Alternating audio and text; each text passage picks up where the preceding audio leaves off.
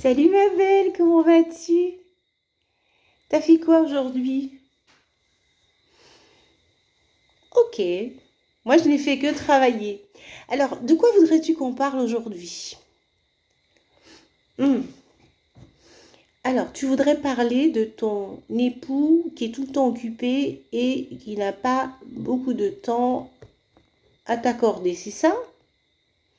C'est ça. Ben, moi je pense que dans un premier temps, tu pourrais déjà lui en parler. Parle-lui. Regarde comment il réagit. C'est important d'échanger. Pour ce que je pense, alors c'est moi qui pense comme ça, hein, je crois que dans un couple, c'est très important, pour moi, même primordial, la liberté. Quand je parle de liberté, je ne parle pas d'aller tromper et aller voir ailleurs, mais la liberté de faire ce qu'on aime. Tu pourrais encourager au contraire ton partenaire à s'épanouir, à poursuivre ses passions, ses rêves, tout en maintenant un rapport de confiance. Sincèrement, moi, j'aime pas qu'on m'étouffe, donc j'aime assez souvent me mettre à la place des autres et je crois que c'est très important de pouvoir laisser l'autre euh, pratiquer des activités, s'occuper. Et puis, pendant que ton mari, lui, il essaie de s'épanouir de son côté, tu pourrais faire la même chose. Parce que c'est pas parce qu'on est dans un couple qu'on est obligé de vivre à travers l'autre. Toi, tu as tes rêves, tu pourrais te concentrer sur ce que tu as envie de faire. euh, Ton époux de l'autre côté et puis tu pourrais en parler avec lui et peut-être pourquoi pas mettre en place, programmer une petite sortie en amoureux ou autre.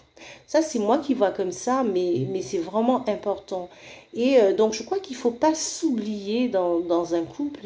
Et puis, il ne faut pas essayer d'imposer les choses. Parce que l'autre n'est pas toi, ma belle. D'accord? Et c'est vraiment de lui en parler et pourquoi pas mettre une petite programmation autour de sorties. Je suis sûre que tu pourrais même étonner de ce qui pourrait ressortir. Il faut vraiment pas que tu gardes des émotions parce que ça va faire une espèce d'anxiété, ça peut même alimenter une espèce de rancœur et au final, ça peut briser ton couple. Donc je ne sais pas si je t'ai vraiment aidé, mais en termes euh, bon, au niveau des couples, moi, je sais pas. Voilà, je veux dire que je suis pas une experte, mais c'est important de temps en temps de pouvoir se mettre à la place de l'autre. Et la communication, selon moi, c'est vraiment très important. Donc voilà ce que je pouvais te donner comme conseil. Après, tu fais ce que tu veux. C'est ma façon de voir les choses, d'accord? Je te fais plein de bisous et puis je t'encourage à communiquer à ton époux, ton mal-être, parce qu'effectivement, il ne faut pas que tu restes avec ça. Donc je te fais plein de bisous. Et puis, ben, moi, je vais me coucher parce que je suis très fatiguée. Je te fais plein de bisous. Alors, si tu visionnes ma vidéo le matin, bah écoute, je te souhaite de passer une bonne journée. Et si tu la visionnes au contraire le soir, bah, je te souhaite une bonne nuit, une agréable soirée. Et puis je te dis à très bientôt. Bye bye.